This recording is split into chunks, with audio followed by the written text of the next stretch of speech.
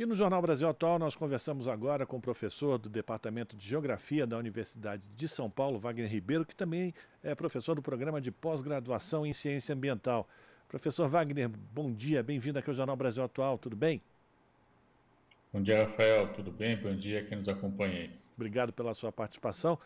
Professor Wagner Ribeiro, na Câmara dos Deputados aprovou na semana passada uma medida provisória sobre o Programa de Regularização Ambiental, com emendas ao texto original que afetam e flexibilizam diretamente a Lei da Mata Atlântica. Uma dessas medidas, ou emendas, aprovada no Congresso Nacional, de autoria do deputado Rodrigo de Castro, que é do Partido União de Minas Gerais, permite o desmatamento para a implantação de linhas de transmissão de energia elétrica, gasodutos, sistemas de abastecimento de água, sem um estudo prévio do impacto ambiental. Todas essas modificações agora seguem para o Senado. Mas, professor, essa é uma das muitas emendas, e são várias, dessa medida provisória que foi aprovada pela Câmara, que coloca em risco o bioma mais desmatado do Brasil. Vamos lembrar que mais de 70% das pessoas do Brasil vivem nessas áreas, né, professor? Queria que o senhor falasse sobre esses jabutis que foram colocados nessa MP e que atacam ainda mais a Mata Atlântica aqui no país. Veja, Rafael, nós estamos falando de um sistema natural, né, de um ecossistema da maior relevância, né? É importante lembrar que, por exemplo, no sul da Bahia, nós temos um nível de biodiversidade, né, quer dizer, a quantidade de espécies que ocorrem por hectare, ainda maior que nós temos, por exemplo, na própria floresta amazônica, né? Então, nós estamos falando de um sistema natural muito afetado, como você lembrou bem, 70% da população brasileira vive nessa faixa, que foi duramente afetado justamente pela penetração desde a colonização, né, se nós pensarmos aí nos chamados ciclos econômicos, enfim, mas mesmo depois com a presença do café, a urbanização, né, a presença da cana, enfim, mesmo até alguns setores, a própria pecuária depois substituindo cana, enfim, essa sucessão de atividades levou, de fato, né, uma intensificação muito intensa do uso do solo, levando ao desmatamento bastante agudo desse sistema natural muito importante, esse ecossistema que tem aí uma enorme biodiversidade e é responsável, né, por prever uma série de serviços ambientais e ecossistêmicos, como oferta de água, etc. Então, de fato, essa lei, né, a revogação da lei, praticamente, é isso que está acontecendo, né, embora de maneira um pouco direta, ela está trazendo aí a possibilidade de ampliar ainda mais o desmatamento. Você vai dizer, mas não precisamos ter infraestrutura, né? Criar linhas de transmissão de energia, a gasoduto, etc. Eu queria lembrar quando foi assinado o famoso Acordo Brasil-Bolívia, né? Já tem muito tempo isso, mas talvez os mais antigos possam lembrar que um dos entraves justamente para a implementação foi o licenciamento do gasoduto, né? Porque passou em vários momentos, né? Justamente por área de Mata Atlântica. Então nós temos que ter no século XXI, né? A clareza que é necessário cada vez mais conciliar o desenvolvimento, a introdução de infraestrutura com aquilo que sobra dos sistemas naturais, especialmente com um ecossistema fantástico, né, e exuberante, como é o caso da Mata Atlântica, que nos ajuda em uma série de serviços ambientais, a prover água, por exemplo, para as regiões metropolitanas, como São Paulo, Rio de Janeiro, Campinas, né, para citar algumas, né, é um serviço ambiental absolutamente necessário, vinculado, por exemplo, também à Mata Atlântica, não apenas, evidentemente. Então, de fato, esse jabuti, né, essa série de ações que foram introduzidas, elas podem levar claramente, né, ao comprometimento desse sistema natural. E não foi só isso, né, Rafael? A gente sabe que teve outras questões também muito sérias. Uma que traz muita preocupação, e essa traz de fato, é o fato, é a possibilidade, desculpa, de os municípios passarem a ser os licenciadores ambientais, especialmente para as áreas urbanas. Aí, de fato, nós vamos ter o liberou geral, né? Porque se você pegar, é claro, o Sistema Nacional de Meio Ambiente permite que o município possa fazer o licenciamento, desde que ele tenha um corpo técnico qualificado, um Conselho Nacional de Meio, um Conselho Estadual, desculpe, no caso municipal de Meio Ambiente, enfim, uma série de condições para que ele possa emitir um laudo. Não é isso que a gente encontra, infelizmente, em vários municípios, né, do Brasil, inclusive na Mata Atlântica. Se você pegar a região aqui metropolitana, como Cotia, Ibiúna, né, uma área de expansão bastante agressiva, eu diria, de condomínios de alto padrão, a gente vai perceber que isso tudo vai passar a ser licenciado pelos municípios sem nenhuma capacidade analítica, né, e que vai certamente facilitar o interesse de quem quer fazer especulação, especialmente especulação imobiliária, para adensar né, a ocupação junto a essas áreas. Então, de fato, Rafael, é uma série de questões, né, que tem que ser lembrada e que eu espero que o Senado não dê continuidade a essa discussão e, em caso de o Senado aprovar, que o presidente Lula vete, né, porque, de fato, o interesse geral, né, o artigo 225 da Constituição, que deixa muito claro que nós temos que preservar os sistemas naturais do Brasil para gerações atuais e futuras, ele não está sendo cumprido. Então, me parece que há uma série de boas razões para que a gente não dê continuidade a essa discussão. Em caso ela chegue até o presidente, ele deve vetar, do meu ponto de vista. Agora, professor, o senhor falou de uma coisa que é muito importante, principalmente para quem vive aqui na região metropolitana de São Paulo, que é a produção de água para consumo humano. Com a destruição desses leitos de rio, a gente e as nascentes, a gente está cavando um deserto pela frente. Mas mais que isso, vamos lembrar também que aqui na região onde está a Mata Atlântica, 80% do produto interno bruto está concentrado. E muito desse produto interno bruto também necessita de água. E se a gente não produz água, como é que a gente vai conseguir manter toda essa indústria funcionando, né, professor? É preciso também ter cuidado com esse tipo de olhar, porque é um tiro no pé também para esses neoliberais que só buscam o lucro, né? Não há dúvida, você está trazendo uma questão central, Rafael. Veja, se nós não tivermos a reposição do ciclo, né, do social da água, nós não vamos ter condição, de fato, de manter a atividade econômica. Se você pensar que a indústria ela tem um consumo ainda mais intenso, né, do que a própria agricultura, né, se você pensar que um dos pressupostos que a gente já sabe disso, né, quanto maior a urbanização, nós estamos falando de uma região metropolitana de São Paulo, onde a urbanização é muito aguda, Campinas, Rio de Janeiro, enfim, nós vamos ter, de fato, né, dificuldades para abastecer essa população de água. Já tivemos a crise de 2013 e 2015 em São Paulo, que acho que foi um exemplo recente, né, que está na memória de muita gente ainda, quase 10 anos já, mas enfim, isso está presente ainda. E evidente que os serviços ambientais que a Mata Atlântica traz, um deles, e talvez o principal para essas áreas, é justamente o provimento de água. Né? Se nós pegarmos experiências internacionais, por exemplo, caso de Nova York, né, foi o governo comprou as áreas de Mata Atlântica e quem não quis vender, ele pagou para que mantivesse a área preservada, justamente para manter a preservação. Não, no caso não é Mata Atlântica, desculpa, comprou as áreas de mata, né? Hoje eu estou um pouco lento, não sei o que está acontecendo aqui, peço desculpas ao pessoal. E aí, ao mesmo tempo, estimulou a preservação, né, subsidiando para quem tem a floresta em pé.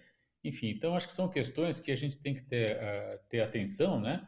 E nesse caso, né, lembrar claramente que uma área como São Paulo, Campinas, Rio de Janeiro não consegue prover de água a sua população apenas com o que está no entorno, né? Precisa inclusive trazer água de outros lugares. Então, se nós diminuirmos a capacidade de geração no lugar, vai ampliar a dependência de outras áreas, ou seja, vamos criar um problema para além das fronteiras. Então, você está trazendo uma questão muito séria. Se você lembrar, por exemplo, Rafael, algumas indústrias já deixaram o Vale do Paraíba no estado de São Paulo e mesmo no Rio de Janeiro por falta de água, né? A região metropolitana de Campinas também enfrenta, você pegar município como Vinhedo, né, dificuldades estruturais para fornecer água, né? Isso, sem dúvida, é um fator muito importante na localização industrial e pode roubar empregos também no momento que está precisando, inclusive, incrementar a atividade industrial e a produtiva em geral para gerar mais empregos. Então, de fato, né, o fornecimento de água é um serviço fundamental e está absolutamente relacionado à conservação da Mata Atlântica. Professor, e a gente está falando apenas da água que está, enfim, brotando pela terra, né? Aquela que está aos nossos olhos. Mas a indústria também, muito da própria agricultura, tem cavado, tem perfurado poços e tirando água do lençol freático. E isso também não é muito dito quando a gente fala na preservação da Mata Atlântica, como esse bioma também ajuda a manter essa nossa caixa d'água, digamos assim, abastecida com água de qualidade. Porque a gente precisa lembrar também que existe a possibilidade de contaminação desses lençóis freáticos com agrotóxicos, inclusive, né, professor? Essa é uma questão também fundamental, né? Nós sabemos que o lençol freático ele oscila conforme o nível de chuva, né? Ele está mais superficial, está menos superficial, enfim, isso a gente conhece, né? E evidentemente a chuva dela, ela vai depender da cobertura florestal, né? Do entorno, porque ainda que você possa ter águas que venham lá da Amazônia, e é verdade que isso ocorre e é muito importante, né? Mas tem também as chuvas orográficas, né? Que ocorrem em geral no verão, quando você tem um aquecimento, né? elevação das nuvens, ela acaba se precipitando, do vapor d'água, ele acaba se precipitando e você tem a chuva, né? E uma das razões centrais é justamente a presença da mata. Quando não, Rafael, a mata também ela funciona como um amortizador, digamos assim, da temperatura, fazendo com que às vezes você cria um centro de baixa pressão ou de alta pressão, mas nesse caso de baixa, atraindo justamente chuva de outros lugares. Então, há uma série de serviços ambientais que a gente tem que lembrar, sim, né, para manter, inclusive, essa água subterrânea, né, que está, seja nos lençóis, seja também em aquíferos, né? No estado de São Paulo, nós temos várias áreas, por exemplo, no município de Ribeirão Preto, que se abastece fundamentalmente do aquífero Guarani. A própria reposição de água desse aquífero passa também pela chuva e, evidentemente, né, pela possibilidade da Mata Atlântica ajudar na reposição dessa água, né? E muitas vezes, Rafael, se tem o hábito, né, de usar essa água sem saber, inclusive, as condições hidrogeológicas de reposição desses aquíferos. Então, nós estamos, na verdade, usando uma poupança, né, sobre a qual nós não conseguimos ter controle de quanto vai ser possível repor e em quanto tempo essa água que está sendo utilizada. E a questão da contaminação ela é fundamental, né? Se você não tiver um controle claro dos agrotóxicos, mas também do saneamento, né, o esgoto não tratado, acaba sendo também uma fonte de contaminação muito séria que aí acaba inviabilizando o uso da água. Então, esse conjunto todo de fatores está associado diretamente com aquilo que você dizia no começo, né? 70% da população brasileira vive nessa área. Então, nós estamos falando aí de um contingente populacional muito grande, com uma intensa atividade econômica e precisa de água, né? É uma substância central para que tudo isso seja mantido. Sem Mata Atlântica, isso vai ficar inviabilizado, sem dúvida. A gente está conversando com o professor Wagner Ribeiro, professor do Departamento de Geografia da Universidade de São Paulo e também do Programa de Pós-Graduação em Ciência Ambiental. Professor, ligado a esse tema, agora a gente muda um pouquinho de assunto, a gente vai falar dos maiores defensores da natureza, os maiores defensores da biodiversidade, que são os indígenas, e a importância da demarcação, enfim, das terras indígenas, e eles como os grandes protetores enfim, das nossas florestas originais. E o censo mostrou que foi identificado mais de 1,5 milhão de indígenas Yanomami em todo o país. Eu queria que o senhor falasse agora sobre a importância de fazer essa defesa da demarcação de terras indígenas e a recuperação dessa população, desses povos, como também integrantes desse esforço de preservação no Brasil, da natureza no Brasil, enfim, dos biomas brasileiros. Veja, Rafael, essa é uma questão central, né? Porque se o Brasil tem, de um lado, a biodiversidade que eu comentava há pouco, inclusive na Mata Atlântica, uma enorme biodiversidade, nós temos uma vantagem comparado a outros países que é associada à biodiversidade e à chamada sociodiversidade. O que é isso? São essas diversas formas de vida, né, de organização social, diria, é, que permitem uma relação muito mais adequada com sistemas naturais, inclusive com a Mata Atlântica, mas também com a Floresta Amazônica, com o Cerrado, né? Ou seja, esses grupos conseguiram desenvolver um conhecimento muito importante, a partir do qual eles conseguem manter o seu modo de vida, né, sem impactar de maneira radical os sistemas naturais nas quais eles estão inseridos. Uma série de estudos já mostra também que os povos originários, as terras indígenas, elas têm um índice de conservação ambiental, Rafael, mais elevado que as próprias áreas de conservação, as unidades de conservação, seja municipal, estadual, federal no Brasil. Ou seja, além de usar bem, eles conservam muito bem também as áreas, o que de algum modo, evidentemente, ajudam enormemente na manutenção dos serviços ecossistêmicos e ambientais que eu dizia há pouco. A manutenção de uma área indígena, por exemplo, uma terra indígena, permite que parte da água que está sendo gerada lá, né, seja transferida para outras áreas, a partir dos chamados rios voadores, por exemplo, no caso da Amazônia, ou mesmo junto a áreas de Mata Atlântica, né, em que pese nas proximidades da Mata Atlântica a gente ter muito mais dificuldade, né? Você tem uma série de povos originários que sofrem muito mais para conseguir manter suas áreas indígenas, suas terras indígenas, até porque a pressão imobiliária é enorme, né? Muito maior que você tem muitas vezes, por exemplo, na floresta amazônica. Então, de fato, né, essa sociodiversidade ela é fundamental para a recuperação, sim, dos serviços ambientais e ecossistêmicos e, principalmente, Rafael, nós temos que reconhecer as terras indígenas, dar a eles o uso dessas áreas, porque eles sabem o que fazer com esses territórios, né? Eles têm mostrado claramente que conservam, mantêm e nos ajudam ainda com os serviços ambientais. Portanto, é muito bem-vindo, né, esse número preliminar que o IBGE trouxe,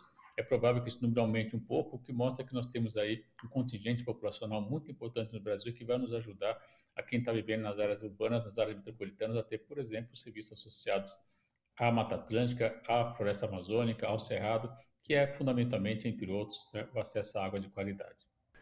Quero agradecer a participação do professor Wagner Ribeiro, do Departamento de Geografia da Universidade de São Paulo, também professor do Programa de Pós-Graduação em Ciência Ambiental aqui no Jornal Brasil Atual, hoje comentando a legislação que foi aprovada na Câmara dos Deputados, que flexibiliza, enfim, o texto que protege a Mata Atlântica, e agora esse texto segue para o Senado e a gente torce para que o Senado não aprove, e se for aprovado, o professor Wagner também defende que o presidente Lula vete esse texto, porque ele é um ataque a esse bioma que já foi tão maltratado aqui no Brasil. Professor, muito obrigado pela sua participação, um abração para o senhor e a gente volta a se encontrar.